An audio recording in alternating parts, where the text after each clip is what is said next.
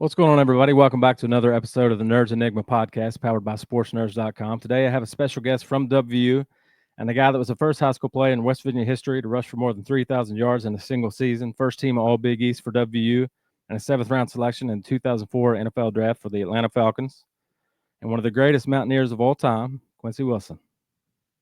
Quincy, how you I doing, think man? I would think that 3,000 yards would be standing, man. But I just missed the passing era. So did you have 47 touchdowns your senior year? Senior year, yes, So yes. you mean you couldn't get 50, or what was the deal with Hey, that? the thing was, I had one of those coaches. Well, once we were up, it Mhm. was done. It was done. So Was it I uh, only was it played. ever in your I mind? probably played in 4 full games my senior year. Right. I just wonder if that was a number that, as you got close to it, it was on your mind. You Yeah. had to be like, "Hey, I'm getting Well, 50 regardless." that year, it was Chris Ura, J.R. House. So, I'm Mhm. telling Coach, man, I'm fighting for this Kennedy Award, man. I got to get touchdowns because they were putting up insane numbers. So, Mhm. it was one of those great years, and one of those things that I just ran at J.R. House last summer. He's coaching for the Reds, and Mhm. we got a chance to go down memory lane. So it's you don't feel like it's been that long ago, but it's been that long ago. So tell me what it's like being back at the old, where it all began, the old stomping grounds as a head Yeah, man, coach, it's and awesome. It's awesome, man. I how mean, do you we plan on got. changing the culture? Well, first and foremost, it's getting around the kids. They have to know Right. me. Obviously, they can get on Google's and see videos, but they have to know you, the person. So first thing is earn their trust, and then once we have their trust, and get them to lock in and focus and just try to win the day. We're not worried about this. We're not even worried about this. We haven't even talked about the season. We're worried about finishing winter conditioning. We'll dive into flex days in June, and we're just going to take this thing step by step and just try to keep on building momentum.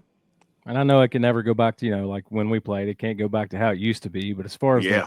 the culture surrounding high school ball itself, what are some things that Yeah. you're going to implement to make it better? Well, like I said, the biggest thing is the pride. So I don't just talk to football players. I talk to the band. I talk to the cheerleaders. Hey, how can we get the experience out? Our student section is called Section 6.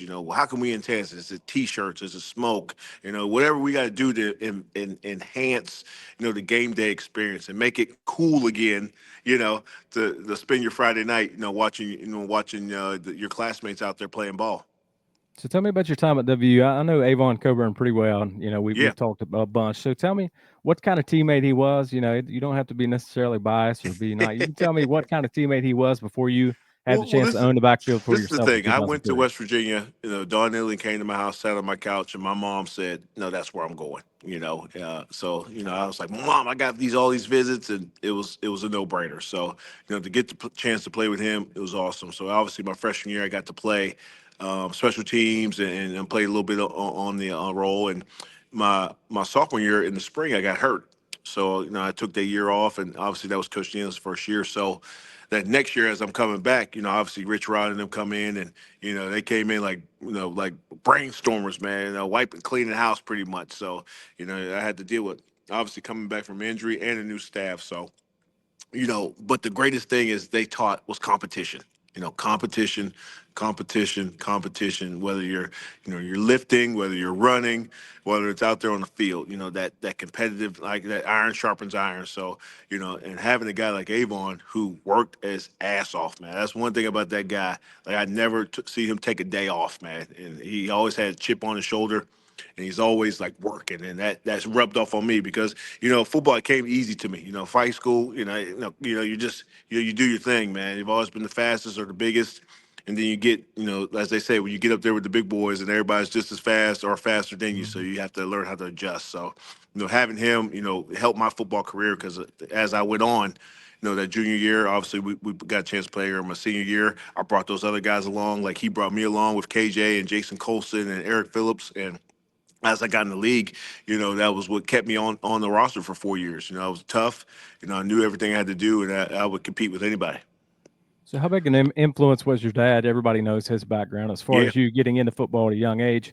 What kind of influence did he have on you and instill those Yeah, well, ethics in you? obviously, your parents are your heroes, man. So obviously, getting a chance to experience that stuff, being in the locker room and being with Walter Payton, Willie Golf, Richard Dent, Mike Singletary, and at that time, you're not thinking, well, that's probably one of the best defenses in the world. That's Mhm. just Uncle Mike. That's his Uncle Rich. You know what I mean? And as you get older, and I see how people, respond to these guys, because I still, go to the games. with my father, and they like you would think they won the Super Bowl last year in Chicago. Like they loved that was their years. They could tell you what they were doing in 86, 85, and that's awesome. And I love that for him, and I love that for Richard, all those guys that that get to feel that love every single time they're at an event, a signing or a game, anything like that. So did it register for you at the time, when you're around names like Walter Payton, Michael Jordan, all those guys, Not of at how all. big that would be? Because Not not a at lot of all, people man. get to experience that. Right, and like I said, and it's kind of cool because it helped me as I got older. I would go, obviously when we played, and I tell people when we were in the Big East, that was the golden era. Like my freshman year, Michael Vick and those guys at Virginia Tech went to the national championship game. Those next 2 years, Miami was Miami, the U, Ed Reed, all the way down to Andre Johnson. So, my whole tenure in college, I'm playing against, some of the Mhm. best, Hall of Famers.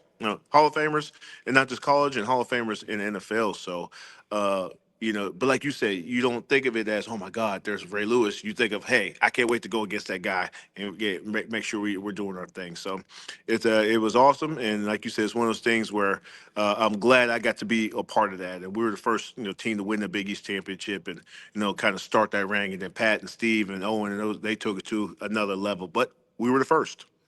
So speaking of that old Big East, you refer to the old Big East as being the SEC back then as it is now, Oh yeah. right? Oh yeah, baby. I mean, like I said, Syracuse, Right. Don McNabb, Marvin Harrison, Boston College had Willie Green, first round pick, even Rutgers and Temple, Greg Shishino was starting to get those places going. So, awesome football conference, and actually, my next year after I graduated was really started this realignment. When Mhm. Tech and Miami and Boston College left the Big East. So speaking of realignment and how college football is now, as far as NIL goes, what are some things that you would like to see changed, if any at all? Because for me, I do think some changes are coming, but Yeah, also yeah, at the yeah. same time, if you can get it, get it. If you can go to school and they're willing to pay you X amount of dollars, get it. But Exactly. do you think it I needs capped? you know what? I would say yes. And the only reason I say that is there's such a gap. There's some Right, people right. making millions of dollars, which that is freaking phenomenal. If I Hmm. tell me to say, and I even feel crazy saying like there should be a cap on that, but there's such a gap that it's hard to, you're still in college, you're still preaching team and culture, and football is such a different sport. Like basketball, it's always kind of been an individual sport. Baseball has always kind of been, those kind of sports have always kind of been that way, even though they're team sports. But football is so different, when it comes to that stuff. So it's hard, if we're both quarterbacks. If I'm making 2 million and you're making 20,000, man, it's kind of hard for us to. And I get we're boys, but it's still that dynamic in the room, and Right. these coaches, to have to, okay, man, leave that at home and worry about football. It's hard, and because you're still developing. At 19, 20, I know what I was thinking about at 19, 20, 21. You know what I mean? Right. It was way different. So just it's a juggling act. And I really, my hats are off to the Nick Sabans of the world who were able to control the Hmm. best of the best and say, well, hey, well, what you're making now is not going to compare to what you make in the NFL. So make sure you earn that kind of stuff. So I just think there's such a gap between, the people that are really making it. I like to see, kind of a mini, like I say, a mini cap. So like you said, more of that revenue can, be spread more evenly out through teams. And plus with these, I guess with these rosters coming and revenue sharing, we're kind of gonna get that a little bit. But um, for some schools, I think it's gonna be too little, too late. I always think of it as, being, it can turn into a conflict when you've got, your guard might be making Yeah, 2,000 and your quarterback, it's human somebody nature. is It's right, human right, nature. The best guys in the world, you're still gonna be like, well, man, you pull up in a Range Rover. I'm still driving my grandma's old, right. car that she gave me in high school, man. So So what do you it's think about definitely transfers? Do you think the now transfers that's should be one thing I limited to think one? they could have been solved. That could have been solved. Go back to the old rule. You can go anywhere you want, but you got to You sit want out to of see here. the loyalty back to them. Yeah, well, no, you can go, but you got to sit out of here. Right. So now these kids will actually have to think about these decisions. They got to think about, okay, yeah, I'm getting money here, but can I stay? And I think that will solve this portal issue. You can go anywhere you want, but if you transfer, you're going to have to sit out that year, regardless of Do you hardships think and that kind of stuff. Are you a fan of playing for 4 different schools in 4 years? Are you okay with that? Yeah, I mean, it's hard to like, if a guy came in and he's on his third school and he came in our locker room, it'd have been tough for him. I'm just gonna be honest because we really believed in loyalty. We really believed in Right. trusting the man next to you, and not, as they say, chasing the bag. So and I know times have changed, but for me personally, that'd have been tough. If I'm talking to a guy, he's talking about his third school, but stuff happens. You get places, and maybe you went there because your position coach was Pat White, and Pat White gets a job somewhere else, Mhm. and now you're kind of stuck. So I get both sides.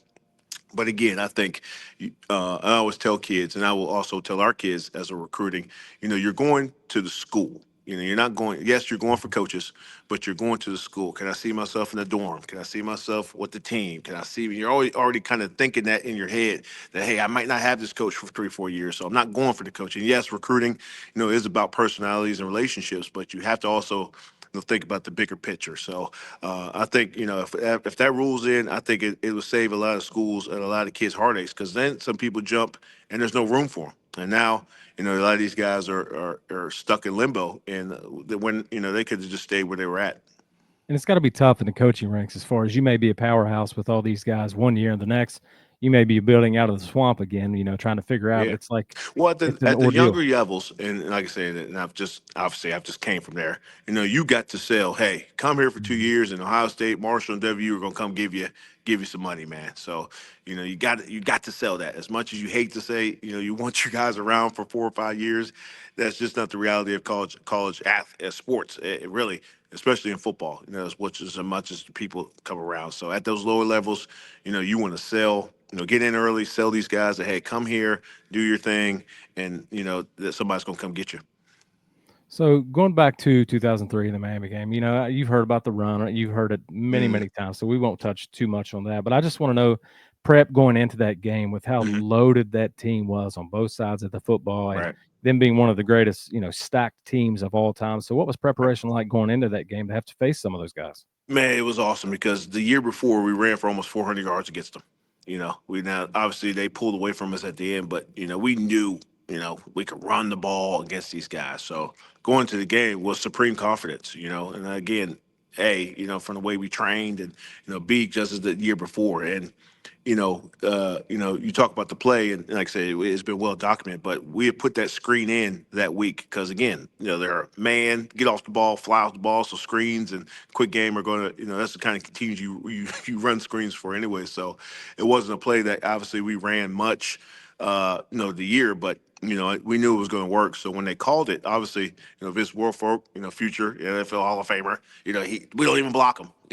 He just goes, Mhm. flying, and I made him miss. And after that, every block was set up. So once I made him miss, I just, I was just following the sidelines, and then it's obviously the last guy coming, and I knew he was going to go high. So I was like, I'm just gonna kind of try to dip my shoulder in him. And when that happened, he went flying, and I was like, well, I could either try to step on him or try to go. And I was like, well, I'm just gonna hop over. And it's one of those things, like in hindsight, you're just, you know, as much as I've been there, and I was just telling you about how great that team was, you just want to win. I don't care if we got Mhm. to win by 7-3 or 100, whatever it takes. So it was just one of them things. You go in there, and then you're just trying to beat somebody. So you think of the play, you're like, man, that was pretty good play. But I was like, no, I was just trying to get to end zone. Like that was years and years of being close and getting smoked by that, for a chance to get that. So it was awesome, and obviously we didn't win the game, but we carried that game for the rest of the season. Won seven straight, was able to go to the Gator Bowl, and we turned our season around after that. You go back and look at your shoulder pads on that player, you're thinking, man, I wish we'd go back to the size of those that back in the day. Hey, I tell people, man, I was like, I was a big Ricky Williams fan. If you ever see any Right. of his highlights, he Mhm. wore these big pads, and I got to actually meet him one time, and he told me he actually wore the spider pads. And anybody who's in the old school days, with the spider, it was a pads Right. that you wore under your shoulder pads. So I was like, oh Mhm. man, I never even thought about that. So, but yeah, that was kind of the fashion, the Cats and Warrior days, and everybody wore the big shoulder pads, and now everybody wears the pads that the punter puts on, Right, as small as they can get. small as they can get. So when Atlanta came calling, 2004, Were Yeah. you aware that that's where you were going to go? Well, Maybe you know what? halfway during. I obviously, coming out of the draft, I had all that momentum from the play, and I got with my agent, Hmm. and he said, "Hey, looks like you're a mid round guy."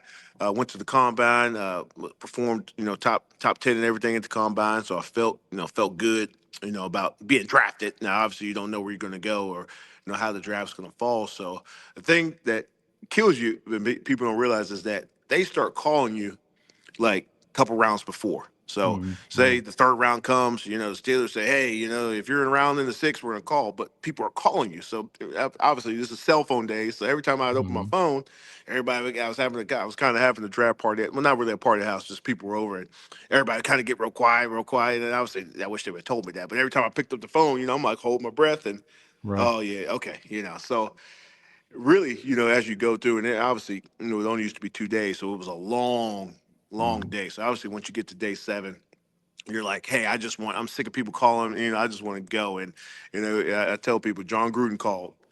She said, we're going to draft you because it was seventh round. The Pittsburgh Steelers called, we're going to draft you. And the next call was Atlanta saying they had drafted me. So it was more of a relief because it's just a Hmm. long day, Right. and people mean well, but, they wear you out. Hey, you get drafted. You're here, you're here, you're here. You're kind of like, hey, well, I got to keep the phone down. I got to Hmm. get stuff. So long process. But again, when they came calling, it was the dream come true. That was what I've thought about, since, being a 5 year old in the Super Bowl locker room with the Bears, so, and then, to my childhood idol was Borg Dunn. So I'm like, oh, Hmm. I get drafted and I get to go play with one of my childhood idols. It was cloud nine. Did work done? I know how he was off the field. Did he was he an influence on you Oh, and kind of took shaped who took me you were under off his the wing, field?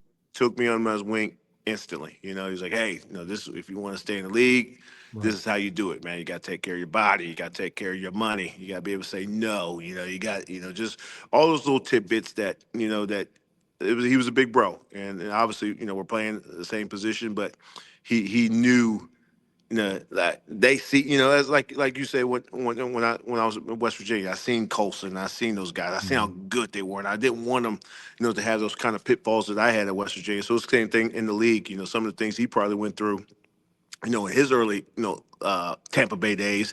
He's like, I'm always going to pass this knowledge on to the next generation.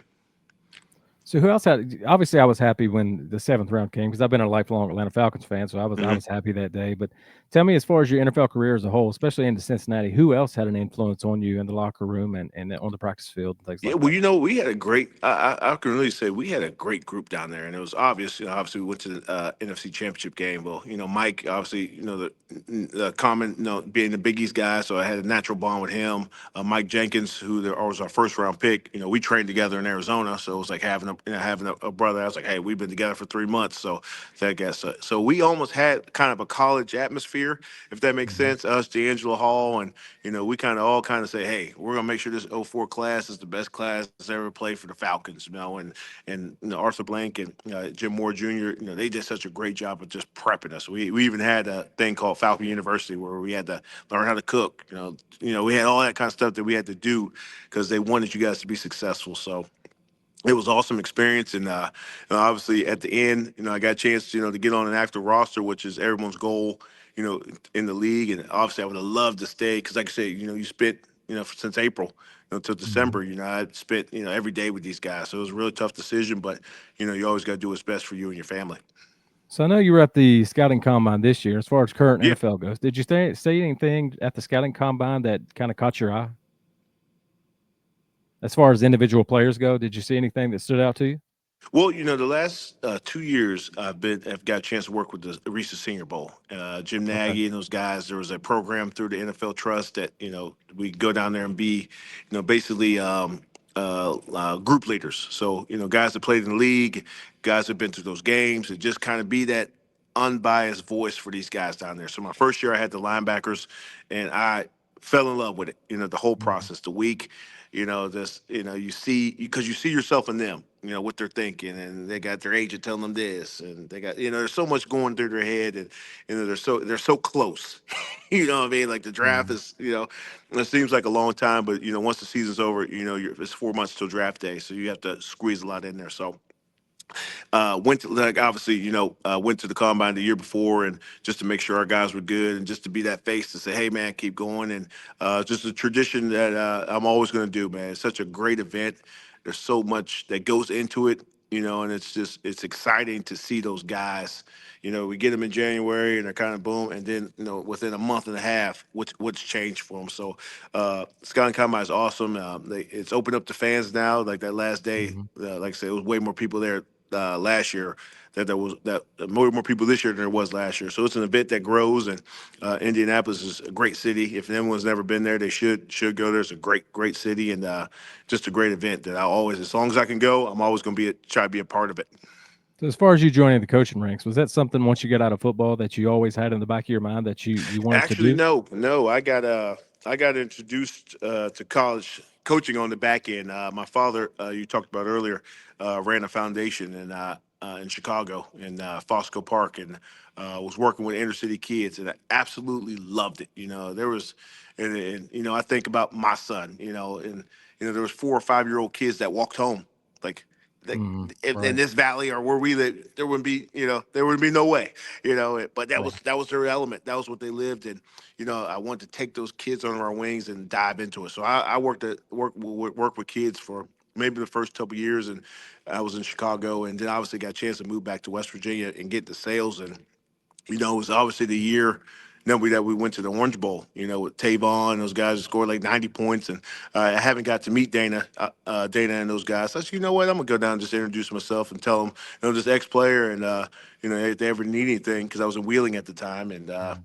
a couple months later they called me for a job. So I got into it by accident, but doing what I did there, I realized that I wanted to coach because I was in the operation. So I handled, Right. kind of just put out fires, which is awesome, and it gives you a chance to be involved with everybody on the team. But you just, after a while, it wears you down. Mhm. What I mean, Right. every time you almost get scared looking at your phone, like, oh God, what's going on now, Mhm. with that. So got into coaching, and obviously. Coach Hutch and those guys at Glenville gave me a chance, to coach ball, and we took off from there. Obviously, got a chance to coach with one of my ex teammates, Coach Pennington, and Dr. Pennington, I should say, and George Shell, Mhm. my ex teammates, and got a chance to be a head coach 2 times, and now on my third stint as a head coach here at high school. So I was telling our guys the other day, we had a players meeting, and I was like, you know what, guys, if someone would have told me in 1998 after winning a state championship that I'd be back here, I would have never believed it. Right. Would never believed it. I'm like, hey, now I'm gonna marry Kardashian. I'm gonna be a millionaire and live in Cabo somewhere. But that wasn't Mhm. my reality. And I think letting these kids know that, listen, it's not always what you think and what you dream. What you want to have goals, you want to have ambitions and all that kind of stuff. But you also got to make sure that you're keeping your connection and keeping your ties. Because I would have never got this job if I would have never kept in contact with my old teachers and my coaches and all that kind of stuff. And they were actually telling me, "Hey, apply for the job, apply for this." Apply. I had no intentions of doing it. So just keeping those relationships, because I know I was one of those guys where I can't wait to graduate, and I can't wait, and I'm never coming back to Weirden and all that stuff. So just giving them more food for thought, and just making sure that hey guys, while we're here, let's make sure we take advantage of everything. So what was your favorite part about being a Mountaineer? Now, the whole once a Yeah. Mountaineer, always a Mountaineer. And I know Oh Tony yeah. Caridi said that you didn't even have to go there. You were already pretty much a Mountaineer. So Yeah. what was one of your biggest Well, part I of being a fell in Mountaineer? love with it. My senior year, I got a chance to go down in '98 when they played Ohio State, and that was the first time. And I've gone to games, but to go to games as a recruit, it's a whole different spiel. You Right. get your lanyard and you're eating with this guy, and hey, that's that guy, that's that guy.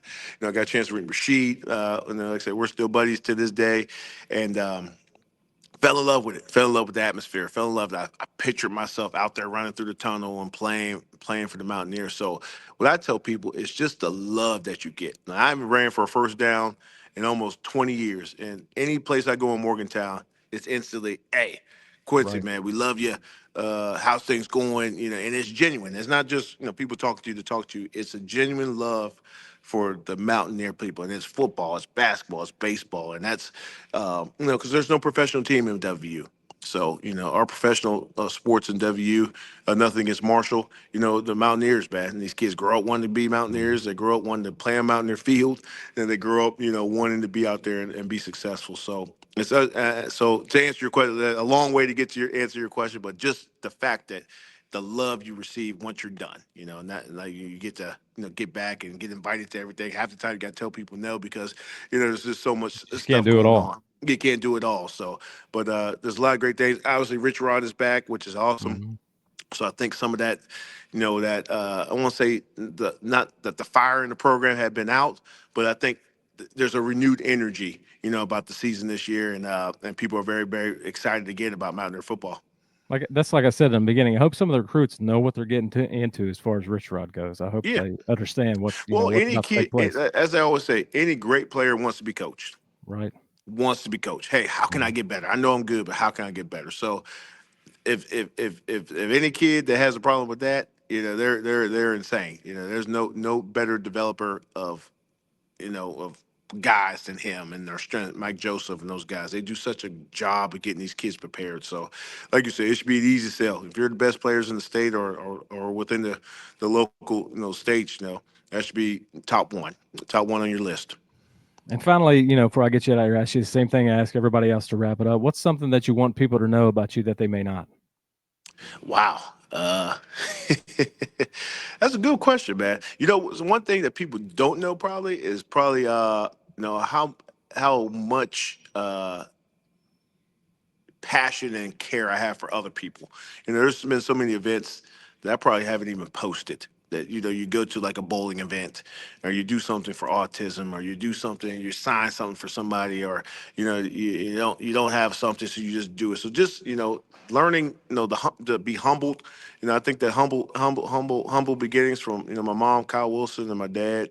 Just learning, hey, you know give people time. I think that's one of the people don't realize. I think a lot of times it's like, hey, I'm not going. Oh, there's Owen Schmidt. There's Quincy Wilson. I don't want to say that. Hey, approach me anytime. I love hearing stories, especially about people who can remember back '03 exactly what they're doing. Because I don't even know what I did last month. So hearing those stories about people talk about how they destroy TVs in basements and all that good stuff. Mhm. That's always great to reminisce and go down memory lane with, especially with the Mountaineer fans. I think most of Mountaineer Nation would say say the same thing. You've always been really polite toward them, and you're willing to talk to anybody. You never turn anybody down. So I No, think like I everybody would say said, the same thing. well, like I said, that's one thing you don't get back is time. So if you can give people, and like I said, and only because it's genuine, and it comes from a place where it's genuine. So if you can give somebody 2-3 minutes of your time, that's something that they're gonna remember for a lifetime. Well, thank you so much for taking time out of your day, after school today. Hey But man, I'd love to come back, man, give you an update on what's going on up here, man. So I appreciate the platform and look forward to talking to you down the road. we can do that right now. I need you to get them in the off-season program. Get them in there running them suicides beside of you in the Oh yeah, gym. we got hills, they got all kind of pain coming to them. Right. I appreciate it. Thank you so much. Appreciate you, my brother. Hey, stay blessed, man.